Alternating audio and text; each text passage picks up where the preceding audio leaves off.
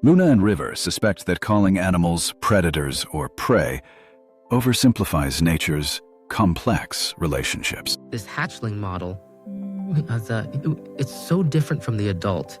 The interactions change completely with size.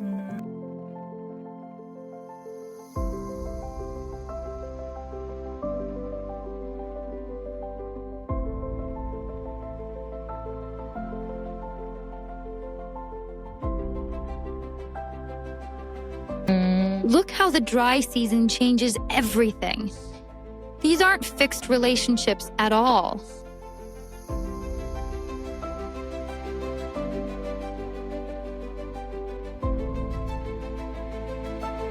The evidence is clear. We've been too quick to label everything as predator or prey.